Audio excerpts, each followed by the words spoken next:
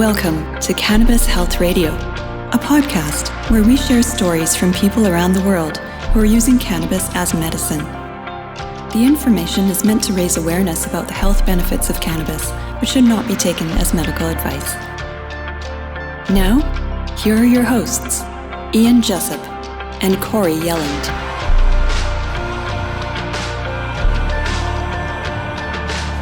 And here we are again with another episode of Cannabis Health Radio, episode 272. I'm Ian Jessup.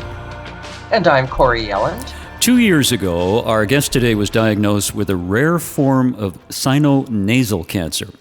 She had inoperable stage 4 cancer of the mouth, nose, and lower skull, with doctors saying that unless she had chemotherapy, her only option was end-of-life care. She was told she only had weeks or months to live. But being the brave woman that she is, she had other ideas. And joining us from the United Kingdom to tell her remarkable story is Susan Dhillon. Susan, it was great of you to do this. We appreciate it. Thank you. Thank you for letting me come on your show, Ron and Corey and Ian. You got it. Susan, given your grim diagnosis 2 years ago, you must feel that you're blessed to still be alive. I certainly am blessed, 100%. There's no doubt about it. Honestly, there is no doubt about that.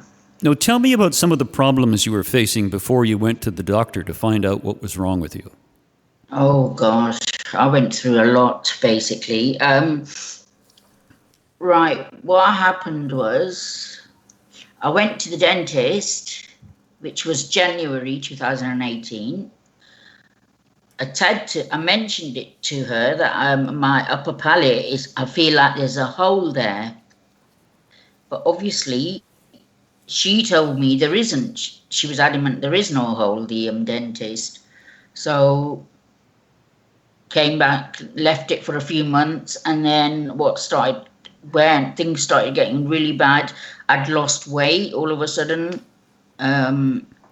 Food and drink was coming out of my nose, basically. Coming out of your nose? Yeah, food and drink coming out of my nose. And then that is when, obviously, I turned to the doctor. And I was basically really far gone by the time we found out, what was wrong with me. Stage 4, basically. On my second appointment, I was told, which was in May 2018. I was only given weeks to a month to live, and I was on end-of-life plan as well. So when you were told you had weeks or a month at the outset, I mean, the doctors presumed that you were very close to death. Did they recommend any treatment at all? They recommended chemotherapy and radiotherapy. That is all they recommended. And at first, there was hope that they're going to operate, but they said the operation is too invasive, and they said we can't do anything after that, basically. So I refused chemo because I've given weeks to months live. I don't want to be spending those last few weeks, whatever, if I did have the few weeks or what have you, suffering with the side effects from the chemo and the radiotherapy. So I just said that I don't want it. I really don't. Susan, what did they say the chemo and radiation would do? If they've already told you that you're terminal and you're probably going to be gone in a month, what was their reasoning in even offering you those treatments? I really haven't got a clue why she was offering it. I mean, they said they could try and stop it from growing or something, but it was only 10%. They weren't gonna get rid of it. There was no way they could get rid of it. And the cancer's done a lot of damage. Basically, I've got my upper palate is all destroyed, and my septum is all destroyed. I lost my speech. And so I have to wear like a mouth guard to cover the hole so I can eat and speak. So you wear the mouth guard today as a result? Yeah. Otherwise, I won't be able to talk. Yeah. Oh. Yeah. When It's the doctors told you had weeks or months to live, that must have really shaken you badly because you have 3 kids, don't you? Absolutely. My whole world crumbled around me, honestly. We just didn't. Everyone was just on the internet. My kids, me, day and night. My daughter, she was crying every day. This was one thing that I could not win.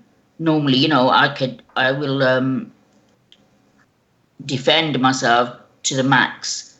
But with this, I didn't have no option. It was in God's hands, basically. Until we turned to the internet and found that Rick Simpson oil has helped other cancer patients. And there was a lady that I was introduced to, Dee Manny Mitchell. Maybe you know her. Oh, Yes. we interviewed her a couple of months ago. And surprisingly, when we put her interview up on YouTube, and YouTube took it down. That's what she told me, yeah. Which was crazy. Was it a video you did with her? Or? No, it was an audio interview. We do audio interviews, but we put we put it up. It's the very first time that any interview we've done has been deleted by YouTube. So I think what we'll do is put it up again and see what happens. I think See what happens. Dee Manny Mitchell, I think she's pretty well known now. So I think because she puts out so much info, it could be a difference there. I don't know. I mean, you can try with mine as well, They might do the same thing. No, you started with the cannabis oil. Is that as a result of your search on the internet?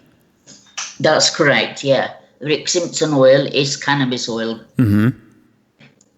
Rick Simpson is the guy who introduced that oil, basically. And guess what? He's Canadian. Yes, we know. I've met Rick. Yeah, that's right. Yeah. Now, the story I was reading about you, Susan, is that you used cannabis and manuka honey to deal with your cancer. Tell us about that. That's correct. So I was diagnosed in May. We couldn't get hold of the oil, and it was like, I think the 20th of July when I started taking the oil, and I had to take 1 milligram daily, which I was knocked out completely. Like for 4 months, I took 1 milligram a day, which is what Rick Simpson has stated on the internet to take, basically. And so I took it for 4 months. I used to take 1 tablespoon of manuka honey in my cereal. And just before Christmas, I booked a scan. And the results were there is no further progression. So that was an amazing Christmas gift for me and my children, And then I've continued, but only for 4 months I took 1 milligram. After that, I reduced it to 0.5 for 3 months. And now I only take like 0.2 daily, which I will have to take for the rest of my life. Does it still knock you out? No, it doesn't do anything. When you were taking that 1 milligram, Susan, were you taking it all at once? Yeah, all at once. Okay. No, sorry. I think it was 2 tablets a day. Okay. Yeah. How much was this costing you, Susan? It was expensive, very expensive. It was at that moment of time when I was given months to live. It was a matter of getting the money together again as well. It was about 2,000, I think, at the time. 2,000 pounds? A month, yeah. A month. Yep. My kids worked so hard to pay for the stuff. You know, I had all my daughter-in-laws looking after me, and all the kids looked after me, basically. If I didn't have them, you know, I really don't know where I would be today. I wouldn't be here, basically. Cannabis oil, you know, it's a miracle. It really is a miracle. Susan, how soon into it did you notice any changes? That's when we got the scan, basically. Okay, so were you having a lot of pain? Yeah, but I never took no medication for the pain. Okay, so did the oil help with the pain as well? Yeah, that's all I took. I never took no nothing from the NHS, basically, just the oil and a spoon of Manuka honey daily. But I don't take Manuka honey anymore. Okay. Yeah.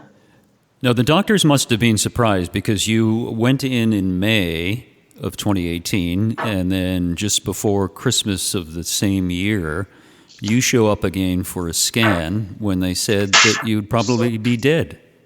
Yeah. The consultant basically was shocked. He actually calls me his miracle patient now. Oh. Yeah, he does. That's what he calls me. He has my miracle patient. The thing is, you know, what gets me is they know that this oil has saved me, yet there's still no trials done on it in UK. Yeah, it's in Canada where cannabis is legal both medically and recreationally. The stuff you buy at dispensaries really, Corey, you can chime in on this, is not strong enough to kill cancer, correct? It's correct. It's not. No. You need the very high THC. That's right. Yeah, and anything that we're buying from government-approved places here in Canada is capped out at 30% THC, which is nowhere near what you need for any kind of aggressive cancer. No. No. They're not. Those products will not work. Basically, you need the THC, and you need the high strength, which I was taking for 4 months. Yeah. Mm-hmm. Yeah, exactly. Susan, when was your last scan? My last scan was just before Christmas. Of last year, 2019? 2020. Oh, hold on a minute. What am I talking? Sorry, I'm getting confused. It's 2020 now, isn't it? That's right. So sorry. Yeah, 2019, just before Christmas, and all the staff at the hospital were gobsmacked. Basically, he said, we cannot see any cancer apart from little specks in the nose. We can't believe it, you know. It's amazing. And the consultant gave me a letter even agreeing with it, that he's seen it. She's still here. There's no tumour to be seen. He wrote me a letter to take, because I was going on holiday with the capsules. Mm-hmm. And he wrote me a letter, basically, supporting me. Good. Excellent. Mm. Now, do you know if he happens to tell other patients about this? That I don't know. I mean, maybe he might be telling them. I really haven't got a clue. I don't think they will, though. No, I tend to think not, because they're kind of legally bound. Yeah. They're not going to make anything, you know. I mean, they were shocked why I said no to chemo when I've got a few weeks to months to live, and I'm refusing it. And I said, no, I want to spend the last time that I've got here without side effects of chemo. They And sure put chemo is what kills you, to be honest. Yes. they sure push the chemotherapy and radiotherapy, don't they? Yeah. So, Susan, are you now cancer free? I'm going booked a scan now because of the lockdown and all this COVID-19. Everything's been delayed. But I'm due a scan this month. Oh, this month Yeah, because I haven't had one since Christmas. of 2019. Yeah. Yeah, and that's when they said they can't see any cancer, but just little specks in the nose, and so we need to go and find out now. Well, hopefully those are gone. Sorry? I said hopefully those are gone too. Yes, I hope so. Susan, yeah. did you change your diet at all during this? Yes, I did. Okay. What kind of things did you do? I didn't change so much, but I did start eating cleaner, like just vegetables and fish. I gave up red meat. I gave up quite a lot of stuff. All I was eating was basically fish, vegetables. You sound disappointed that you gave up so much. Oh no, I don't. No. No? I'd rather live than eat. Oh yeah. What's the saying? Live for eating or eat for living? Well, That's there's right. a saying. I can't think of it now. Anyway. Well, I don't know. That sounded pretty good the way you said it. It did. Yeah. Besides the Manuka honey, Susan, did you do any other supplements at all? I think I took the CBD oil with it, but only for a few months. Okay. But you're still dealing with that hole in your upper palate, correct? Yeah, and in my nose, like the septum's all destroyed. Oh, okay.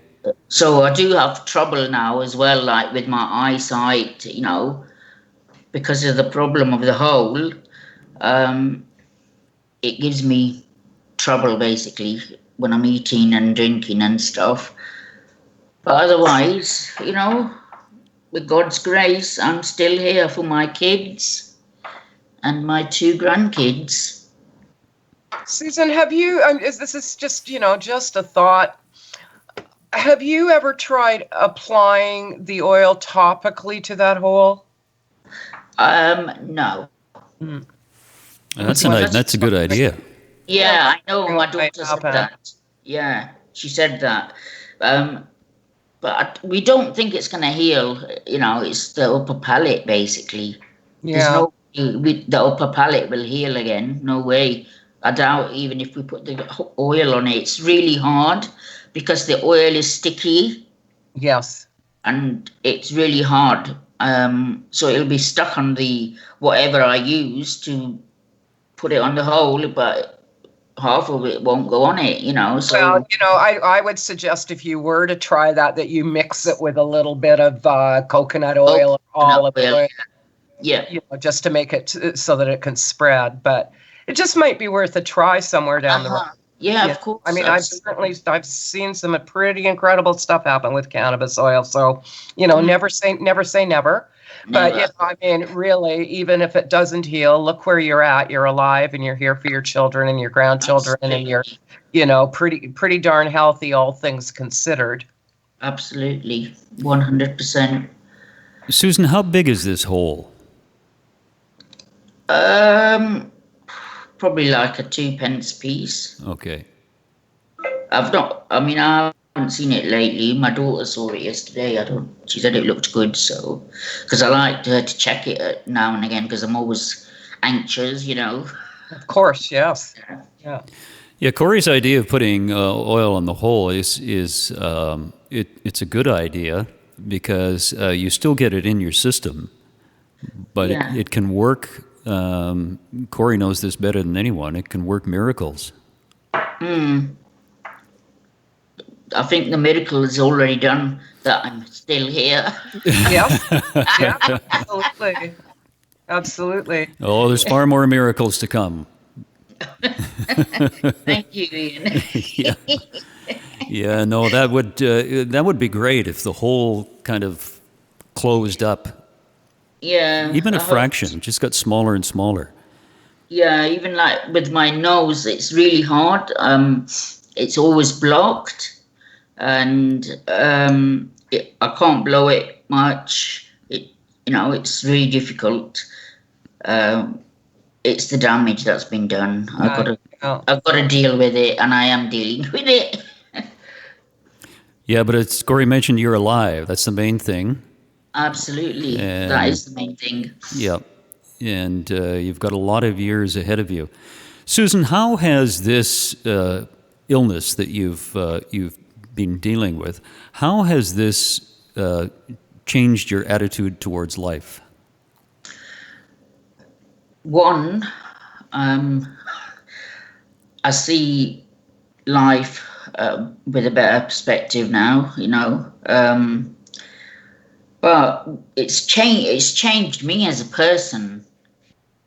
Mm-hmm. I was the bubbly, outgoing person, and now I just don't want to go anywhere. I just want to stay indoors and just, continue doing my marketing, what have you. Don't socialize with any friends. Don't like answering my phone calls. It's changed a lot in me. I mean, I was not a person to stay indoors. You've become more introverted as a result of this. Yeah.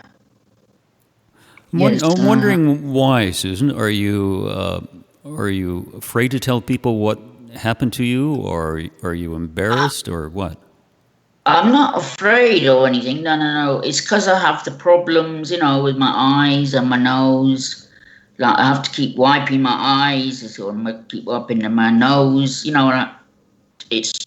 I'm just not what I used to be, basically.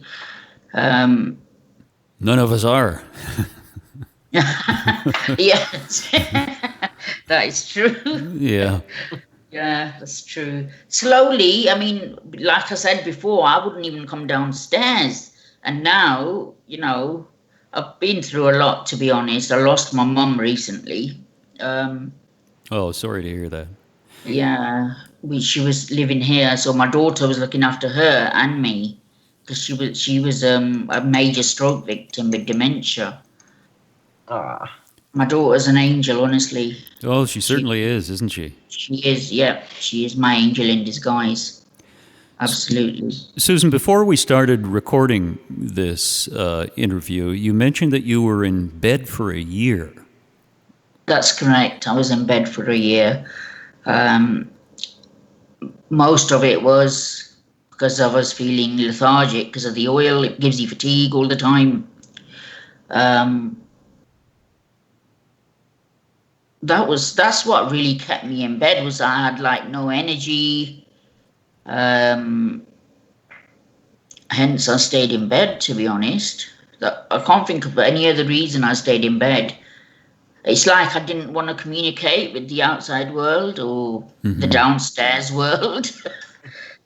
But now I'm always in the kitchen. So yeah. It was that was a long time for me to be in bed for 1 year.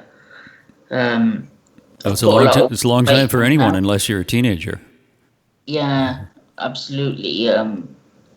It was a very, and I really appreciate my stuff my kids did for me, how they were all together working it out, looking after me. All that was scheduled with them. They were working as well, and they're only young, my kids. They're not that old, but they're in their 20s, early 20s.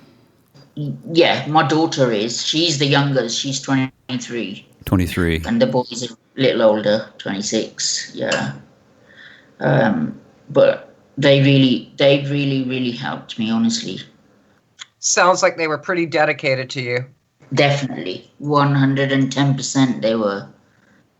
110%. Corey, as Susan was talking about her eyes, I was wondering if there is a cannabis oil or CBD oil or something in eye drop form. Do they sell that?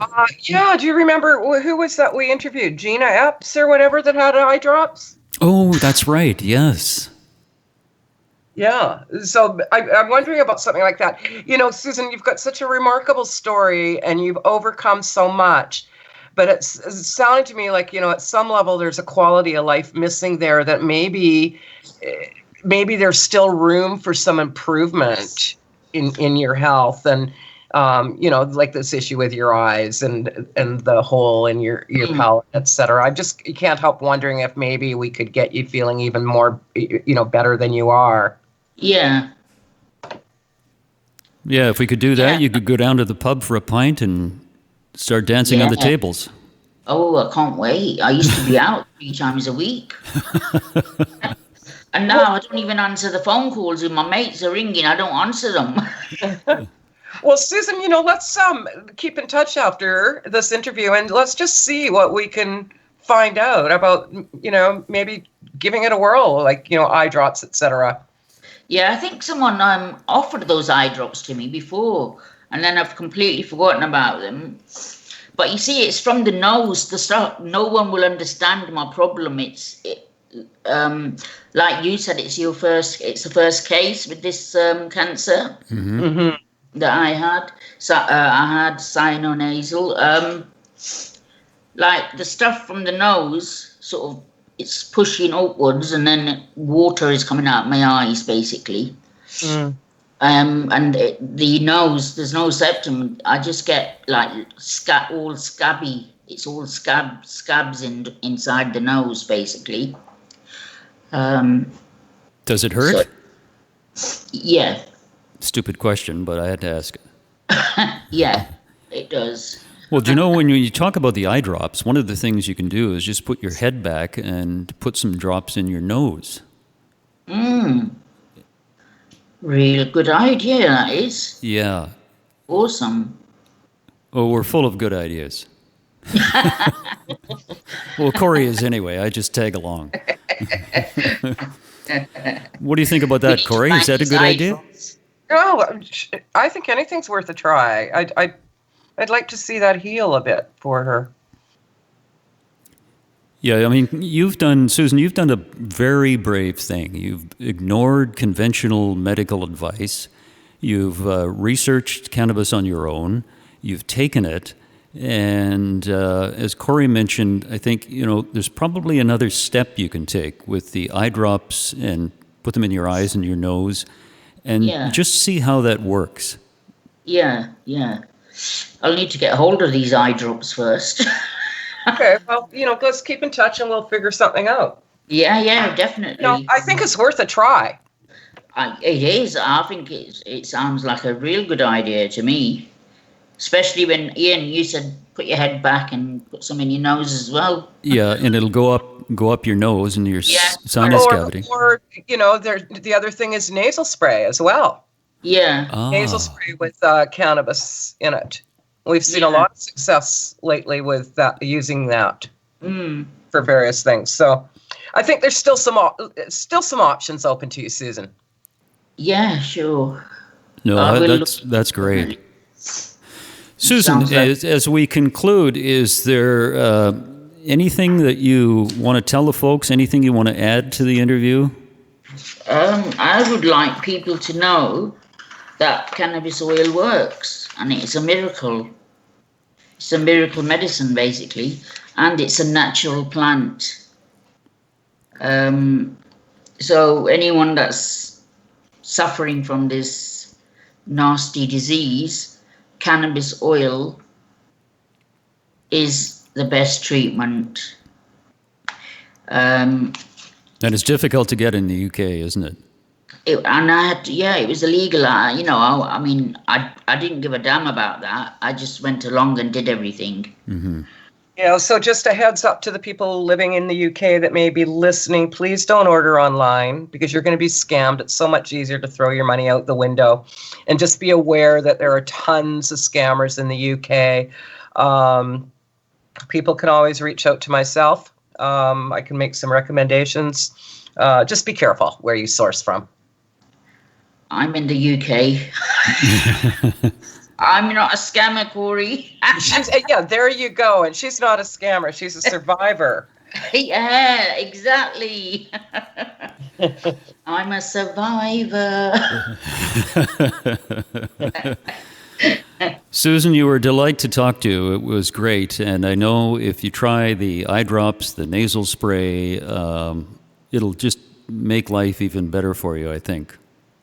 Yeah, I'm definitely going to look into that now, as soon as we finish this call. That was a delight, Susan. Thank you. You're very welcome, and thank you for having me. And once again, as we do at the end of most podcasts, we'd like to thank our listeners for supporting us and sharing our podcasts with others who would benefit from hearing these testimonials about the healing power of cannabis. Now, if you want to help someone, send our podcasts to them and have them send the podcast to two people. That way we can build up a listenership and really start educating the people around the world about the medical benefits of cannabis. And if you'd like to support us, there's a couple of ways you can do that. You can become a monthly supporter for as little as $5 a month on our Patreon page. And you can also make a one-time donation through our website, cannabishealthradio.com. And keep spreading the word. Write a review on iTunes or wherever you listen to podcasts, Spotify, things like that. And share the podcasts on social media. And you just might help save a life. I'd like to thank Ron Czar for allowing us to use his studio. And also, we'd like to thank Mark in Belgium, who posts our podcasts on YouTube. And YouTube, we have almost 8,000 subscribers, so we'd like to get that to 10,000 by the end of the summer. So please subscribe to our YouTube channel, cannabishealthradio.com. We are very grateful for your support. And thanks for listening, everyone. We'll be back next week with another edition of Cannabis Health Radio. Thanks for listening to Cannabis Health Radio. For more information and to search previous podcasts, visit our website, cannabishealthradio.com. Subscribe so you don't miss new episodes. And follow us on Facebook, Instagram, and Twitter. This podcast is made possible by donations from our listeners. If you found the information helpful, please consider making a donation in any amount through our website. You can also help us share our message by leaving a review on your podcast listening platform. We are very grateful for your support. Thank you.